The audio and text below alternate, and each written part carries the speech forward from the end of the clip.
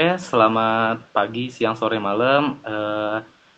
Kita dari kelompok 3 dari Fisika Gelombang akan memonstrasikan tentang kajian kami terhadap suatu satelit yang bernama Meteosat Third Generation. Dan ini ada kelompok-kelompok kami yang terdiri dari 5 orang, yaitu saya sendiri, Dafaratka 063, dan Inyo Managung 016, Derilo 084, Zulfikar Fadli 029, dan Narda 041. Jadi di sini kami membahas tentang Meteosat Third Generation, yaitu program satelit meteorologi geostasioner generasi terbaru dari Eropa yang dikembangkan bersama oleh Badan Antariksa Eropa atau ESA dan Organisasi Eropa untuk Eksploitasi Satelit Meteorologi atau EUMETSAT. Program ini dirancang untuk memastikan kesinambungan dan peningkatan signifikan dalam pengamatan cuaca dan iklim selama 20 tahun ke depan, menggantikan sistem Meteosat Second Generation. Meteosat ini punya beberapa fungsi utama. Salah satunya peringatan dini cuaca ekstrim, deteksi kilat revolusioner, pemindaian atmosfer, pemantauan kualitas udara. Nah, Meteosat Third Generation ini terdiri dari 2 satelit yang udah diluncurin. Ada Meteosat 12 dan Meteosat 13. Meteosat 12 atau disingkat NTGI-1 diluncurkan pada tanggal pada bulan Desember 2022. Satelit ini beroperasi penuh pada pertengahan 2025 sebagai sumber utama data satelit geostasioner untuk Eropa dan Afrika. Meteosat 12 dilengkapi dengan sensor FCI, yaitu Flexible Combined Imager, dan sensor LI, yaitu Lightning Imager, untuk mendeteksi petir. Satelit ini meningkatkan akurasi perakiran cuaca secara signifikan. Terus ada Meteosat 13, yaitu NTGS-1. Ini adalah satelit sounder pertama dari program NTG yang diluncurkan pada tanggal 1 Juli 2025. Satelit ini menyediakan data hiperspektral untuk profil atmosfer seperti suhu dan uap air yang sangat penting untuk pemodelan cuaca numerik. Satelit ini memiliki 2 sensor, yaitu IRS dan Copernicus Sentinel-4 S4. Ini data yang kami ambil dari Meteosat Third Generation, yaitu Global Instability Index, yaitu memberikan informasi tentang ketidakstabilan atmosfer dan dengan demikian dapat mengidentifikasi wilayah-wilayah dengan potensi konveksi, yaitu perpindahan panas dan kelembapan secara vertikal di atmosfer. Bisa dibilang GII berfungsi sebagai indikator peringatan dini dari penyebab terbentuknya badai petir dan cuaca ekstrim. Oke. Dan ini data kedua yang kami ambil, yaitu LI Accumulated Flux Area atau disingkat ALPHA. Produk data yang mengukur area cakupan emisi optik dari kilatan petir yang terakumulasi selama periode waktu tertentu. Biasanya 30 detik. Produk ini dihasilkan oleh sensor Lightning Imager yang berada di satelit Meteosat Third Generation, berbeda dengan produk yang hanya memberikan data kilatan petir. Citra yang dihasilkan menunjukkan secara visual di mana aktivitas badai petir paling intens terjadi. Area dengan warna yang lebih pekat atau padat seperti area biru pada gambar menandakan konsentrasi petir yang tinggi. Oke. Dan ini data ketiga yang kami ambil, yaitu ALSCA Radiance. Intinya ini tuh berharga untuk analisis cuaca yang komprehensif. Oke, lanjut. Oke, selanjutnya ada karakteristik sensor. Nah, sensor utama yang digunakan pada Meteosat Third Generation yang imager itu adalah Flexible Combined Imager atau FCI yang berfungsi untuk menghasilkan citra bumi secara kontinu. Sensor ini juga merupakan sensor optik pasif yang artinya dia tidak memancarkan sendiri, jadi dia manfaatkan cahaya matahari. Nah, terus FCI juga termasuk dalam kategori radiometer multispektral yang artinya dia tuh bisa menangkap beberapa spektrum, jadi nggak cuma satu spektrum doang yang dia tangkap. Terus juga selanjutnya itu ada di MTG soundernya itu ada nama sensornya itu Sentinel dan IRS yang fungsinya itu untuk menangkap kelembaban udara dan juga dia pun bisa mendeteksi cuaca lah gitu. Next. Nah, ini ada tabelnya bisa dilihat untuk MTG Imager ini punya 16 band yang dimana dibagi 2, 8. masing-masing 8, terus untuk resolusi spasialnya pun di 8 band pertama itu di sekitar 1 km, dan di 8 band selanjutnya itu di 2 km, dan di bawahnya itu ada MTG sounder, di mana bisa kita lihat ada dua sensor infrared sounder atau IRS dan juga sentinel, dan juga bisa dilihat bandnya ini untuk MTG sounder ini ada bisa ratusan bahkan ribuan, karena mereka mendeteksi titik-titik yang dimana membutuhkan jarak yang cukup dekat di antara masing-masing titik gitu. Next. Nah, di sini ada karakteristik selanjutnya, itu sensor FCI bekerja pada wilayah spektrum cahaya tampak hingga inframerah thermal, mencakup panjang gelombang antara 0,4 mikrometer sampai 13,3 mikrometer. Dalam datang ini, sensor dibagi menjadi 16 kanal atau band spektral dengan fungsi yang berbeda-beda. Pertama, di kanal tampak itu untuk mendeteksi awan, kabut, serta kondisi permukaan daratan dan laut pada siang hari. Selanjutnya itu di kanal inframerah dekat digunakan untuk mengamati vegetasi, bas awan, dan kadar uap air di atmosfer. Sementara itu, yang terakhir inframerah thermal itu berfungsi untuk mengukur suhu permukaan laut, suhu awan, serta menganalisis kondisi atmosfer secara vertikal. Kombinasi seluruh band tersebut memungkinkan sensor menghasilkan data citra dengan informasi spektral yang kaya dan mendalam. Selanjutnya, dari sisi kemampuan pengamatan, FDI memiliki resolusi spasial hingga 0,5 km pada band tampak dan 1 km di inframerah, sehingga mampu menangkap detail kecil di permukaan bumi. Selain itu, sensor ini juga memiliki resolusi temporal yang tinggi, yakni mampu memperbarui citra setiap 10 menit untuk cakupan penuh dan setiap 2,5 menit untuk wilayah Eropa. Next.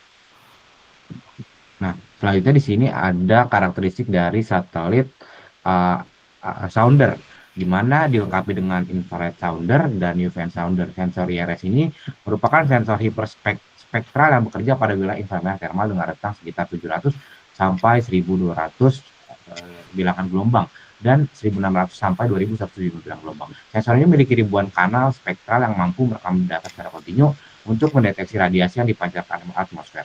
Resolusi spektralnya sangat tinggi, memungkinkan analis detail terhadap perubahan kecil suhu dan kelembaban di berbagai udara. Seperti fungsinya tadi, yaitu untuk mendeteksi kelembaban udara. Nah, terus selanjutnya adalah sensor IRS pada MTG. S1 ini memiliki resolusi spektral sekitar 0,625 bilangan gelombang, yang dimana itu memungkinkan sangat rapatnya titik-titik yang dibaca oleh satelit ini, yang berarti mampu membedakan perubahan energi dalam rentang spektrum yang sangat sempit. Resolusi ini memungkinkan pendeteksian variasi kecil emisi inframerah yang berasal dari lapisan atmosfer berbeda. Dari sisi spasial, IRS memiliki resolusi sekitar 4 km, di mana titik subsatelit dan resolusi temporal itu sekitar 30 sampai 60 menit. Cukup tinggi untuk pemantauan dinamika atmosfer secara real time. Dengan kombinasi resolusi spektral, spasial, dan temporal yang presisi ini, MTG sounder mampu memberikan data atmosfer yang jauh lebih detail dibanding satelit generasi sebelumnya. Lanjut. Oke, selanjutnya kita masuk ke bagian kelebihan satelit. Nah, kelebihan yang pertama yaitu resolusi spasial dan temporal yang lebih tinggi. Jadi si satelit MTG ini itu dapat menghasilkan citra dengan resolusi hingga 0,5 km dan interval waktu 2,5 sampai 10 menit. Jadi sangat-sangat cepat mengambil datanya, dan juga si data yang diambil itu benar-benar detail. Lalu yang dapat menyebabkan perubahan cuaca cepat seperti pembentukan awan badai dapat dipantau secara real time. Selanjutnya ada deteksi kilat, di mana satelit ini itu memiliki fitur yang dinamakan lightning imager atau pendeteksi kilat yang memungkinkan deteksi dan pemantauan kilat di seluruh area Eropa dan Afrika secara kontinu. Nah, hal itu penting untuk peringatan dini badai petir. Selanjutnya ada profil atmosfer 3D. Nah, salah satu instrumen yang ada di satelit ini yaitu instrumen IRS atau infrared sounder, di mana infrared sounder ini memberikan profil vertikal suhu dan kelembaban atmosfer. Jadi si satelit ini bukan hanya menampilkan citra permukaan awan, namun bisa melihat suhu dan kelembaban di atmosfer. Lalu selanjutnya ada pemantauan kualitas udara dan komposisi atmosfer. Salah satu instrumen yang penting juga di satelit ini adalah UVN atau Sentinel-4 yang mampu mendeteksi gas pencemar dan ozon di atmosfer. Nah, ini juga berguna untuk pemantauan kualitas udara, perubahan iklim, maupun penelitian lingkungan. Lanjut, ada integrasi dengan program Copernicus. Jadi, bagi yang belum tahu, program Copernicus ini merupakan program pemantauan kondisi bumi secara terus-menerus. Jadi setiap dinamika dan perubahan yang terjadi di bumi itu akan langsung terpantau. Nah, MTG ini juga menjadi bagian penting dalam jaringan observasi Copernicus, sehingga datanya nanti bisa dimanfaatkan lebih lanjut. Lalu ada ketahanan dan operasional jangka panjang. Nah, si satelit ini itu memiliki masa operasi 8,5 tahun, dengan total sistem dirancang beroperasi hingga tahun 2040-an.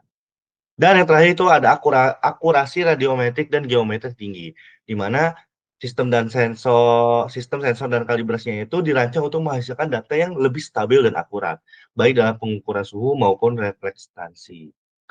Nah, saya lihat kelebihan dan juga beberapa kekurangan nih dari satelit ini.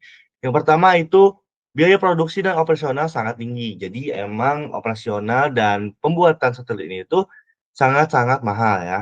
Karena pengembangan MTG itu melibatkan biaya miliaran euro dari pihak EUMETSAT dan ESA dan membutuhkan komitmen pendanaan jangka panjang dari banyak negara anggota.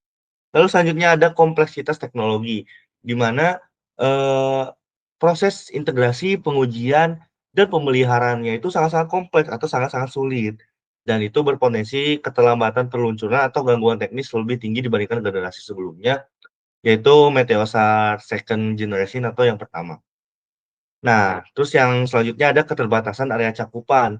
Karena si MTG ini geostasioner, di mana MTG ini ibaratnya hanya menyorot bagian Eropa, Afrika, dan sebagian Atlantik dari orbit geostasioner. Jadi tidak dapat mencakup seluruh bumi. Lanjut kekurangan selanjutnya itu ada ketergantungan pada infrastruktur bumi, di mana data yang dihasilkan itu sangat-sangat tinggi. Maksudnya kayak ibaratnya data di HP kita itu pasti ada file yang ukurannya itu gede banget. Nah, ada beberapa HP yang nggak bisa menampung si file itu. Begitu juga dengan kasus di satelit ini, di mana banyak negara-negara dengan infrastruktur terbatas mungkin kesulitan memanfaatkan data mentahnya secara langsung. Lalu ada kalibrasi dan validasi awal rumit, di mana instrumen baru seperti IRS tadi, yaitu infrared sounder dan LI, memerlukan periode kalibrasi panjang setelah peluncuran, agar data yang dihasilkan itu benar-benar valid dan konsisten. Lalu yang terakhir ada sensitivitas terhadap gangguan orbit dan cuaca antariksa, di mana MTG ini sebagai satelit geostasioner itu bisa terdampak oleh radiasi matahari dan anomali sabuk Van Allen yang dapat mengganggu sistem sensor. Oke, selanjutnya saya akan menjelaskan tentang apa saja fenomena yang diamati oleh Meteosat Third Generation ini. Dan seperti kita tahu bahwasannya si Meteosat Third Generation ini terdiri dari dua satelit, yaitu Meteosat 12 dan Meteosat 13. Dan yang mengandung banyak-banyak sekali sensor seperti FCI, Flexible Combined Imager, LI, Lightning Imager, dan IRS, Infrared Sounder, dan lain-lain.